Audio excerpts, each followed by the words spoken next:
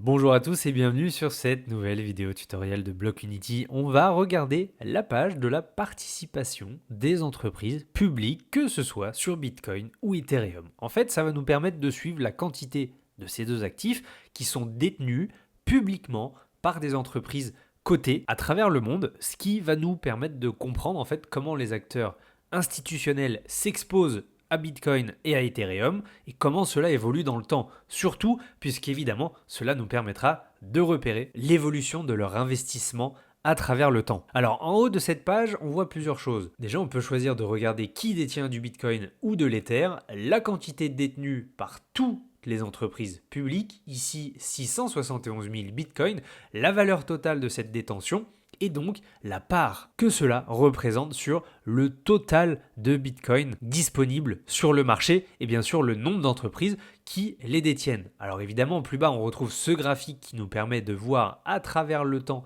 la détention de Bitcoin. En orange, vous retrouvez bien sûr le prix du Bitcoin et en bleu, la part de détention de ces bitcoins, donc ce qui nous permet par exemple de voir depuis que ce graphique a été instauré début février, qu'évidemment la demande est croissante, même si on n'a pas encore assez de recul sur ce graphique, cela nous permettra à travers le temps d'avoir un vrai aperçu de la tendance de ces entreprises. Alors bien sûr, ces données sont mises à jour en fonction des sources publiques disponibles, rapports, dépôts, communiqués officiels, et donc ajustées au fur et à mesure. Un peu plus bas, vous retrouvez les entreprises concernées par cette acquisition de Bitcoin ou d'Ethereum.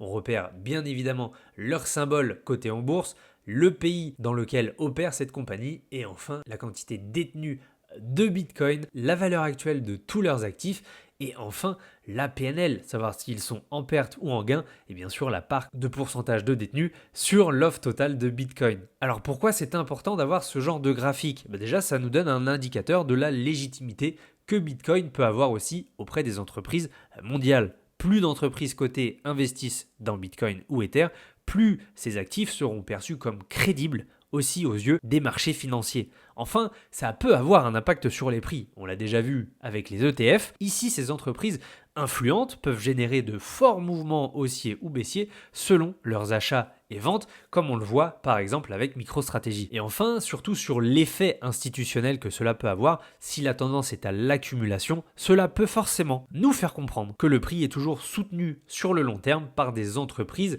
qui, mine de rien, même si elles peuvent être là sur le moyen long terme, sont cotées, donc ont quand même des obligations de résultats auprès de leurs actionnaires, et donc que cette accumulation ou distribution fait partie d'une stratégie longuement réfléchie de la part de ces entreprises. Donc cette page nous montre comment les entreprises publiques s'exposent aux crypto-monnaies, ici Bitcoin et Ethereum, avec le plus de transparence possible. Donc suivre ces données va nous aider à comprendre les signaux institutionnels et à mieux, surtout, anticiper les dynamiques de confiance autour de nos deux actifs préférés. Merci d'avoir suivi cette vidéo et je vous dis à très bientôt sur Blockunity.